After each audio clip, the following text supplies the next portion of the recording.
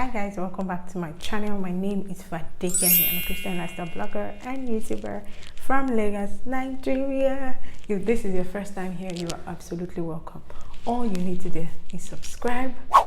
Subscribe below, hit the notification bell beside it so that you get notified immediately there's a new video.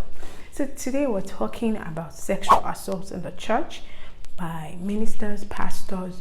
What should the stand of the church be in this situation? So to get right into it, if you've been online in the recent wake of events, you must have heard about the sex for grades issue. Apparently the first man that was spoken about was Dr Boniface, who is a pastor in Foursquare.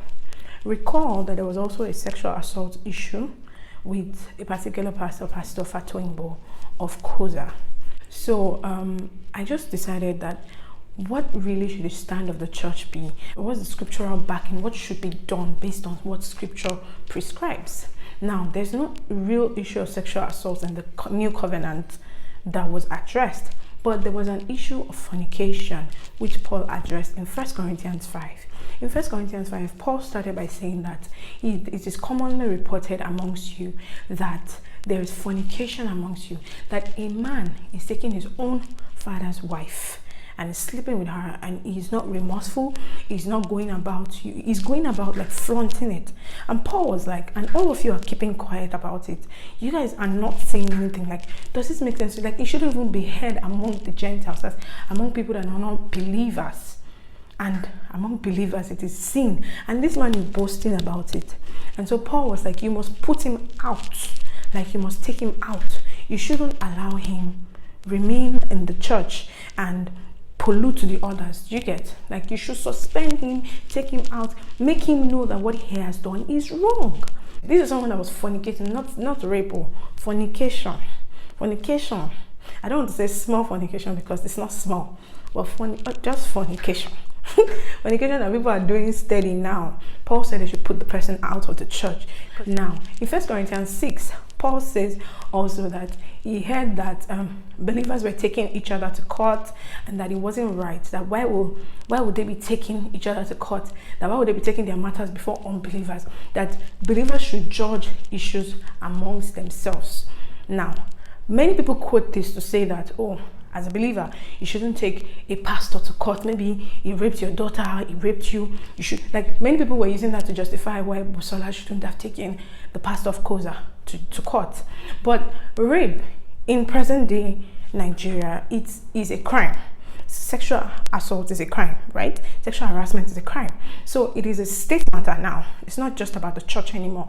It's if, for example, you gave a pastor your money and pastor stole your money, that's a different thing. You say, okay, that's a church believer situation. But this one is a rape situation, and in rape, it is a state crime. Like, it's a crime. You get, just like murder, you get. So in those days, according to 1 Corinthians 6, in those days there was one body, everybody was accountable. In this generation, like, everybody is springing up churches. This person will say, I got a call from God. Another person, I got a call from God. Like, there's so many churches now. People are not accountable to anybody. Everybody is their own daddy GO. So how is it possible that we can report to a body? There's no universal body that guards and guides the conduct of pastors in Nigeria. I don't know about abroad, in Nigeria. So it is harder for us to settle matters amongst ourselves. Now, if the person that you're like pastor of Koza now is the head of the church, who's going to question him? Do you see?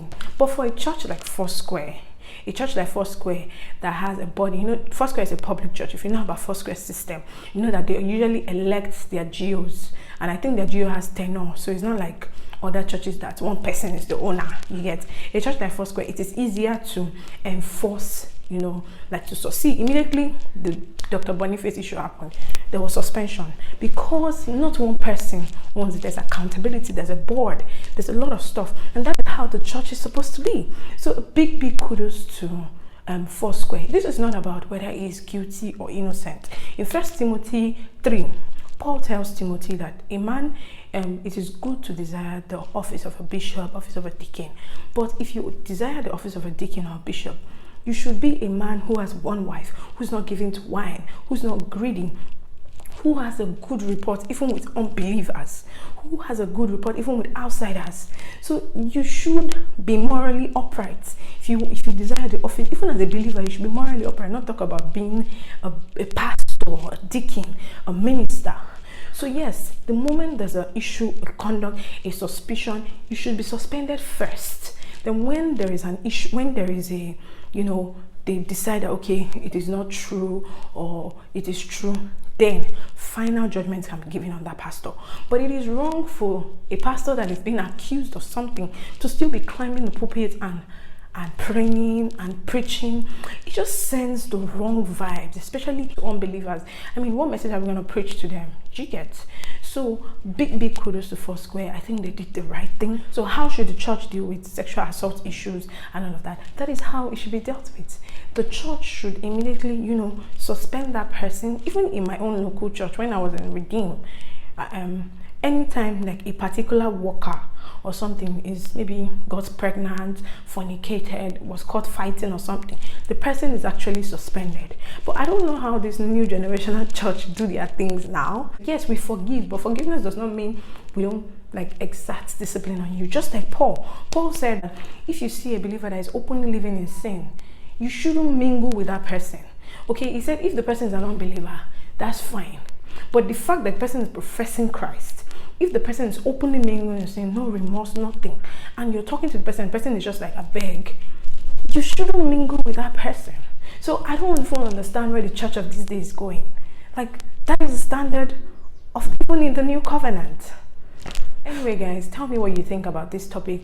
Tell me if you agree with me. Tell me if you have a different disposition to it. I want to know your thoughts. This is not me saying that they should kill them. I'm not saying they should judge them. I'm saying discipline, Alright, guys, thank you guys so much for watching. I'll see you in my next video. Remember, subscribing is absolutely free.